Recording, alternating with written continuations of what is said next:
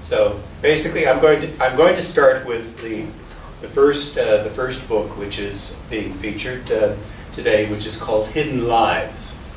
And do we have any people of Italian extraction in the audience? Hello. Not very many. Okay.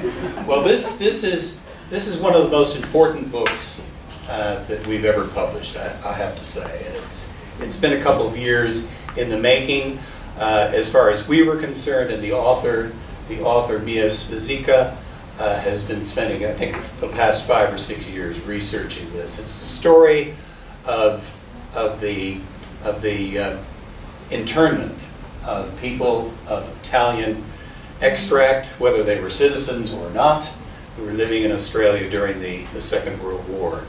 Now, Mia unfortunately can't be here today with us. She's got a serious illness that she has to look after, but she has asked me to provide you with some notes into the book, and by all means have a look at it later on as we go. So I've got slides there, but I can't be in 2 places at once, so I'll read her notes first, and then I'll run fairly quickly through the slideshow that she has prepared. Setting. After fascist Italy declared war on Britain on the 10th of June 1940, Italians living in Australia and other British territories became enemies of the Commonwealth. It was a time of trepidation for everyone impacted by the war. After the fall of Singapore in late 1941, the British could no longer be relied on to protect Australia against invasion by the Axis nations. There was an urgent need for the small nation's self-preservation in the face of imminent invasion, particularly after the bombing of Darwin, which triggered widespread mass internments of Italians and other enemy aliens that were fueled by fear of enemies living in our midst. Italian migrants were classified as security risks, whether proven or not. Some migrants had lived in Australia for many decades and were naturalized, while others had escaped fascism to make a new life as far from Italy as possible. Almost 5,000 Italians living in Australia, along with hundreds arrested in British mandated Palestine and Singapore, were interned in prison camps located in isolated areas for an indefinite period. Some returned home within months, others remained imprisoned for many years, while some internees did not survive. Why read Hidden Lives? Why should anyone be interested in reading about the wartime experience of Australians' Italians? There are a few reasons. 1, our nation's historical heritage is culturally complex, but even so, it has many dark secrets that most of us don't really know. One example is the way Indigenous history and culture has, until very recently, been portrayed in our schools. The way we treat the outsider, or the other, says a lot about the way that we evolve and mature as a nation. A first step is an acknowledgement of how First Nations were and are treated with post-colonial truth-telling perspective. 2, so that we can move forward with the full knowledge of the good, bad, and ugly facts about our nation's past. It is time that we tell the full truth about our past and reconcile the wrongs done to those who are not one of us.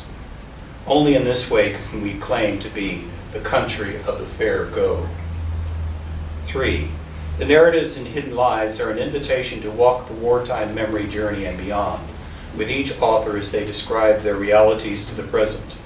Their settlement stories are a part of our national mosaic.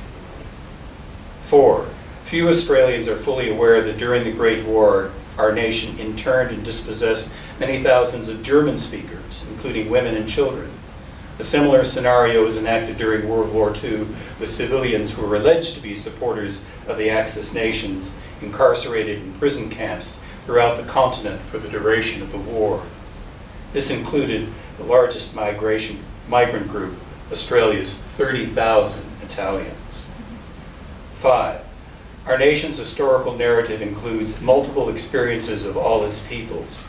We have acknowledged the wrongs done to groups such as the Stolen Generations, British migrant children, child abuse survivors, among others.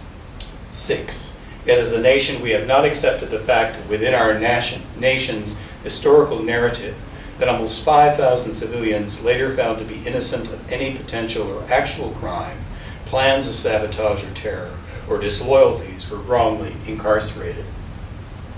Populist history books describe internment as an inevitable consequence of war, arguing that life in the camps was good. Some even erroneously describe internment as a protection for internees from the wrath of the public. Is any form of forced human detention actually good or protective? This question is a moot point for readers to answer for themselves after reading the 15 family testimonies in Hidden Lives. 7. 40% of Australians were born or have a parent born abroad. Today, over 600,000 Australians have an Italian heritage connection through a relative, colleague, neighbor, or friend. So by the way of these connections, the Italian wartime experience is a part of our national story. 8. The 15 family authors are real people whose memories of the war are part of us and our nation's wartime story. Regardless of background, each of the 15 families from 5 states offers a candid insight into their most personal feelings as they recount what it really was like being an enemy living in what they believed was their new homeland. 9. The authors would like the world to know that they have suffered for no good reason other than their ethnicity during a war with their nation of origin. They would like their stories to inform future governments not to repeat the same errors in similar circumstances in the future. 10. In addition to the eyewitness narratives, the book includes 5 scholarly essays to give context to the first-hand accounts. The reference list invites readers to explore the broader topic from diverse perspectives. Hidden Lives is the first book on the topic of wartime internment that targets a general readership. We want the average reader and school kids to understand this dark chapter in the nation's history. To understand this past, alongside the First Nations view of this continent's history, enhances nation building and ultimately informs our future as a maturing nation. Thank you.